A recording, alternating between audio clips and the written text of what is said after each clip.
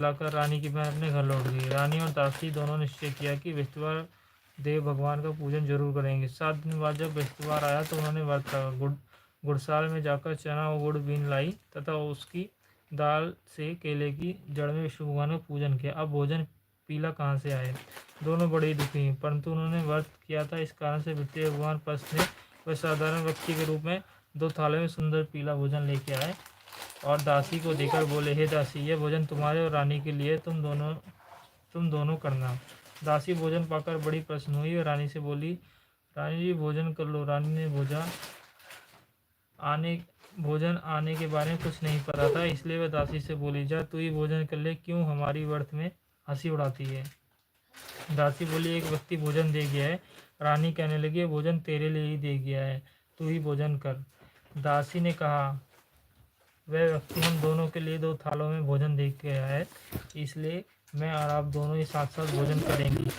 दोनों ने गुरु भगवान को नमस्कार कर भोजन प्रारंभ किया। उसके बाद से वह प्रत्येक बृहस्पतिवार को गुरु भगवान का व्रत और पूजन करने लगा। बृहस्पतिवार भगवान की कृपा से उनके पास धन हो गया, परंतु रानी फिर पहले की तरह आलस्य करने लगी। तब दासी बोली, देखो रानी, तुम पहले भी इस प्रकार का आलस्य करती थी,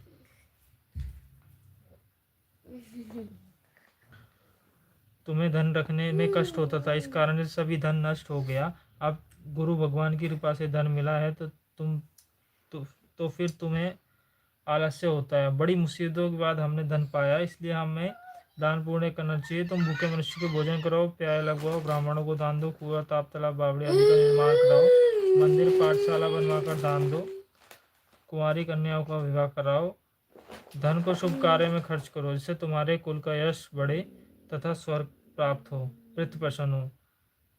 दासी की बात मानकर रानी ने इस प्रकार के कर्म प्रारंभ किए, जिससे उनको काफ़ी यश फैलने लगा। एक दिन रानी और दासी आपस में विचार करने लगी कि न जाने किस दशा में होंगे, राजा किस दशा में होंगे, कोई उनकी खोज खबर नहीं। गुरु भगवान ने उन्हें प्रार्थना की और भगवान ने रात्रि में राजा को सपने कहा, हे राजा, उठ, तेरी रानी तुझको याद करती है, अब अपने देश लौट जा। राजा प्रातःकाल उठकर जंगल से लकड़ियाँ काट कर लाने के लिए जंगल की ओर चल पड़ा। जंगल से गुजरते हुए सोचने लगा, रानी की गलती से उसे कितने दुख भोगने पड़े। राजपाट छोड़कर उसे जंगल में आकर रहना पड़ा। जंगल से लकड़ियाँ काटकर उन्हें बेचकर गुजारा करना पड़ा। उसी समय उस जंगल में बृहस्पति देव एक साधु का रूप धारण कर आए और राजा के पास आकर बोले, हे लकड़हारे, तुम इस सुनसान जंगल में किस चिंता में बैठे हो, मुझे बतलाओ। यह सुन राजा के नेत्रों में जल भर आया और साधु की वंदना कर बोला, हे प्रभु, आप सब कुछ जानने वाले हैं। इतना कहकर राजा ने साधु को अपनी संपूर्ण कहानी सुना दी। महात्मा दयालु होते हैं। वे राजा से बोले, हे राजा, तुम्हारी पत्नी ने बृहस्पतिवार के प्रति अपराध किया है, जिसके कारण तुम्हारी यह दशा हुई है। अब तुम किस प्रकार की चिंता मत करो, भगवान तुम्हें पहले से अधिक धन देंगे। देखो, तुम्हारी पत्नी के बृहस्पतिवार का व्रत प्रारंभ कर दिया है। अब तुम भी बृहस्पतिवार का व्रत करके चने की दाल और गुड़ के लोटे में डालकर केले के पूजन करो, फिर कथा कहो या सुनो, भगवान तुम्हारी सभी मनोकामनाएं पूर्ण करेंगे। साधु को प्रश्न देकर राजा बोला, हे प्रभु, मुझे लकड़ी बेचकर इतना पैसा भी नहीं बचता जिससे भोजन करने के उपरांत कुछ बचा सकूं। मैंने रात्रि में अपनी रानी को व्याकुल देखा है, मेरे पास कोई साधन नहीं जिससे समाचार जान सकूं। फिर मैं विश्वार की क्या कहानी कहूँ, मुझको तो कुछ भी मालूम नहीं। साधु ने कहा, हे राजा, तुम किस बात की चिंता मत करो। बृहस्पतिवार के दिन तुम रोजाना की तरह लकड़ियाँ लेकर शहर में जाओ। तुम्हें रोज से दुगना धन प्राप्त होगा, जिससे तुम भली भांति भोजन कर लोगे तथा बृहस्पति देव की पूजा का सामान भी आ जाएगा। बृहस्पति देव की कथा इस प्रकार है। प्राचीन काल में एक बहुत ही निर्धन ब्राह्मण था। उसकी कोई संतान नहीं थी। वह नित्य प्रतिदिन पूजा पाठ करता, परंतु उसकी स्त्री बहुत ही मलिनता के साथ रहती। वह स्नान करती और ना ही किसी देवी देवता का पूजन करती। प्रातःकाल उठते सर्वप्रथम भोजन करती, बाद में कोई अन्य कार्य करती।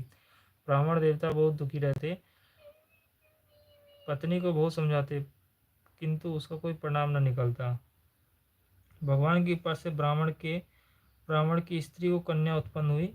वह कन्या अपने पिता के घर में बड़ी होने लगी। वह बालिका प्रातः स्नान करके भगवान विष्णु का जप करती।